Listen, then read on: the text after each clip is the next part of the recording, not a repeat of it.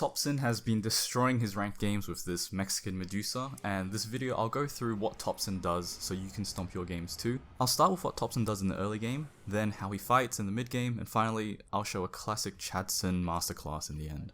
So in the early game for this first example, Topson is playing against GPK, a well-known mid player, and since GPK is playing Outworld Devourer, there's very little kill potential in this lane, as Outworld can just astral you and run away, so this lane is more about last hitting, so it's okay to be passive and not get kills. The first tip is how Topson uses Deadshot to secure range creeps. He fears away GPK using Deadshot when the range creep was at half HP to secure the range creep from being denied. In this other example, Topson pulls the lane creeps away from GPK to get 2 easy CS. Then GPK does the same thing back to him. Topson realizes his melee creeps are targeting the range creep, so this is the perfect opportunity to use Deadshot to fear GPK away and secure an easy last hit on the range creep. While you can get CS with your Deadshot, you can also use the trees to fear the other mid away to get denies on your own creeps. Here Topson bounces Deadshot off a tree to secure a deny on the melee creep, and also forcing the Zeus out of XP range for the range creep deny. When you try this in game, don't worry if you can't get it perfect yet. Here Topson tries the same thing and misses, which proves even gods can bleed. But moving past the early laning phase, because OD is such a strong laner, Topson can't really do anything here, and OD's hit the point where he can just stay in the lane. So the next tip is, how does Topson jungle with Muerta? Well, on Dire, you can always get this double stack here, by hitting the large camp at 53 and hitting the medium one at 55. But if you're feeling a bit spicy, you can always double stack with your Deadshot, like the example here. Alright, so we have the stacks. How do we clear them? Or what's the most efficient way to do this? I'm not sure many of you read Muerta's second ability, but it does damage over time and gives a attack slow debuff to anyone inside the circle, meaning you can tank creeps while they're inside your circle. Now, since the ghosts only last 10 seconds and they don't do too much damage over time, where you place the circle is actually really important. So like Topson, try to position it in a way where you can maximize the amount of ghosts hitting the creeps. So in these examples, Topson actually places the W in a way where he ensures all the ghosts hit the creeps for maximum damage, instead of just blindly placing it on top of himself without thinking. Here are just a few more examples.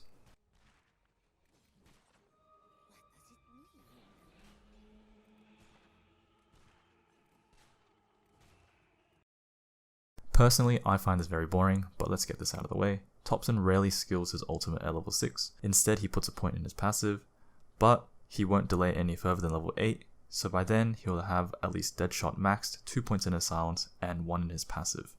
Then he maxes Gunslinger. For talents, he gets his Deadshot damage, he gets his actual damage, he gets the Gunslinger percentage chance, and 25% magic resist. The only interesting thing about Topson's build is how he refuses to skill more than 2 points in his slow. He'll opt for stats over another skill point in his W, and this will carry through all the way up until he's forced to level it at level 23. Something more fun. Alright, what Topson does is, if he doesn't have to, he'll skip Mage Slayer and rush Treads into a Hurricane Pike. While Muerta is a ranged hero, she lacks mobility, and her biggest weakness is that she doesn't have a confirmed lockdown, so Hurricane Pike fixes the lack of mobility, and for the lockdown problem, instead of stunning them, Hurricane Pike gives her a way to chase them down and close the distance with the other team. The reason she doesn't need immediate damage is because her ultimate basically is a magical version of a Desolator, so essentially she's a buffed version of TA with more range. But most of the time, he's up against a magical lineup, so Mage Slayer is his first item after Treads. Mage Slayer is an item that so many players sleep on, and I'm going to try and convince you it's worth buying. I'll show you 2 examples of Mage Slayer being the difference in a team fight. So here, Topson tanks a full Void Spirit combo, Techie's Liftoff, Nature's Prophet, Wrath of Nature, a Rubik Fade Bolt, and finally, a Void Spirit Astral Step out. As they would say, that's a lot of damage. The funny thing about the second example is, it's part of the same game. The Void jumps Topson again with techies, and for some reason 5 minutes ago when they couldn't kill him, they thought they could kill him now, even though nothing's changed. Then, just like the first example, he kind of just walks off. Hopefully those 2 examples have opened your eyes to Mage Slayer. From there, I've seen Topson play around with different builds because the hero is still quite new. He always gets some type of crit, which can be later upgraded into either a Daedalus or a Silver's Edge if he needs a break. He had a period where he experimented with Kaya and Yasha, and he also tried going Manta. If you want to know why Manta's good, you can watch DTL's video. It's a good video, I recommend you watch I found it. an interesting way to play Muerta. Bye-bye, y'all did. But Manta's a route you can choose, but Topson stopped trying that for some reason. I'm not sure why. But to sum it up, he goes Treads, Mage Slayer, Hurricane Pike, some form of crit, BKB, and as a last item, depending on what you need, either Hex, Blink, or Refresher, and eventually upgrading the Mage Slayer to a Bloodthorn. Sorry, I forgot to mention, he does go back for a Daedalus or Silver's Edge after BKB. Topson doesn't skill his ultimate at level 6, but this does not mean he won't gank a side lane. If Topson gets a power rune or sees the other team diving his team, he will TP and assist the lane. So, how does Topson fight in the mid game? In this example, he has both Dragonlance and Mage Slayer, so I'd say he's feeling pretty strong, but these items aren't the main focus here. What you need to watch is how Topson approaches this fight. Notice how he ignores right-clicking the Zeus or Tiny with his auto attacks, but instead, the first thing he does in this fight is tunnel visioning on the best location to get a 3-man go slow, because he knows once he hits 3 people in the slow, his team can just help him clean up.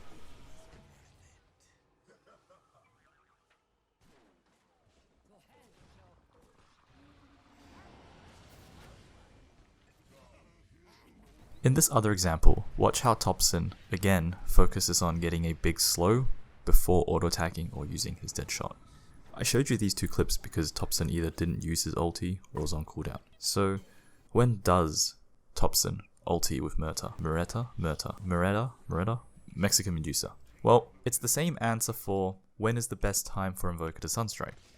The answer, when the other team is stunned. So, for our case, the best time to ulti is when the enemy is feared by your dead shot or stunned. I've seen too many players ulti when the person you're targeting isn't stunned or slowed, and the other team just walks away. So we'll watch a few clips of Topson to make sure this doesn't happen to you. So here Topson gets the first requirement, he gets the fear off, and he ultis. If he missed the fear, I doubt he would have committed an ultimate, but I'm about to backseat a 2-time TI winner. But if Topson ultied here, he'd get the kill a lot faster, as he got the 2 requirements we're just talking about. First, he got the fear off, and he got a confirmed stun from Space Cow's ultimate. He didn't need to spend another like 3-4 seconds chasing down the Sand King in the dire jungle. I can't stress this enough, but even if you don't succeed when you go for a solo kill, it's alright.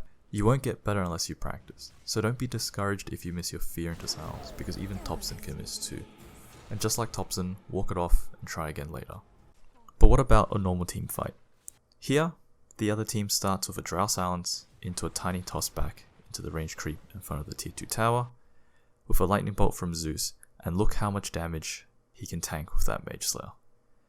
Here, the average player would usually force staff and run away, but Topson being Topson realizes that all their magical spells are on cooldown, so he can actually ulti and force staff in instead of running away, and take advantage of Spanish Medusa's ulti, since the other team has no spells left. They can only auto-attack him, so if he ultis, it makes him immune to auto-attacks, and the rest is just clean up. So first he goes for Drow, then Zeus decides he wants to feed 2. He gets the last hit on Zeus with a dead shot, and gets a beautiful fear on Hoodwink that he saw earlier. And look how little damage that Avalanche did. I think it's because of Mage Slayer. And then Topson chases down Tiny, 4 staffs away from the Sand King initiation, and like the Zeus kill, he uses dead shot to last hit Tiny, and fear the Sand King away from him, and kills the Sand King too. So, what can we take away from this, besides Topson being a god gamer? In fights, save your ultimate. You don't want to ulti the moment the fight starts, but instead, let the other team use their BKBs, or let it run out before ulting. Or in this example, ulti once all the nukes, or most of the nukes, are on cooldown. So when you do turn into the spooky skeleton, there's nothing left that can hurt you. Now, as promised in the intro, a Topson masterclass. In the first matchup I showed, where Topson was up against a ranged hero like OD, where his game plan was to play passive, farm out the laning phase, and just chill out. Now he's up against a Void Spirit, a melee hero, meaning you should be focused a lot less on farming and be extremely active during the laning stage. So to say it again, you need to be extremely aggressive when you're up against a melee hero as Muerta. So notice, right after the block, Topson goes for 4 auto attacks before even hitting the creeps once. Clearly, he's using his range advantage in this lane.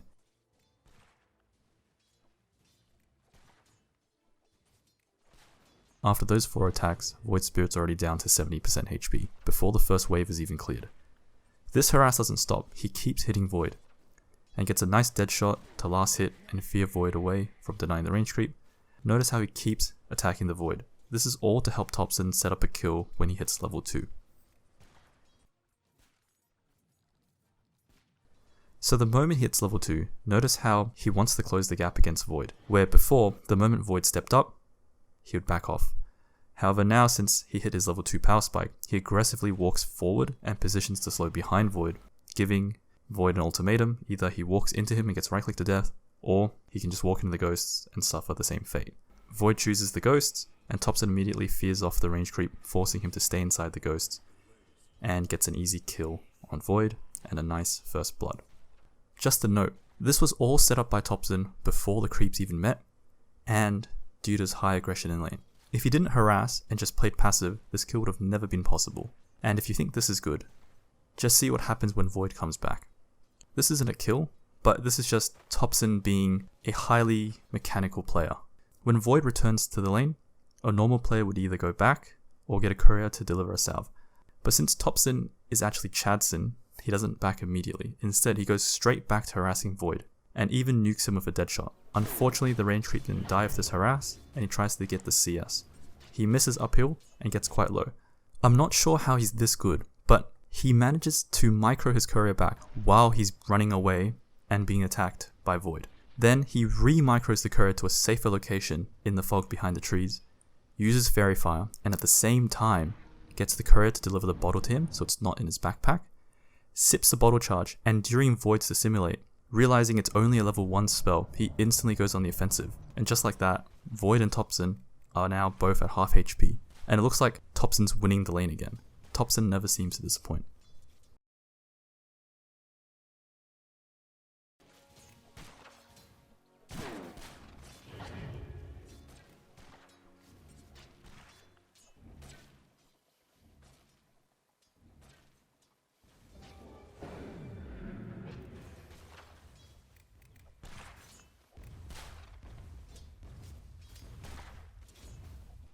By the way, Void is ranked 61 Immortal. He's not just some random noob Topson found in Unranked. He's playing the top 0.1% of players, and I'd expect nothing less from him.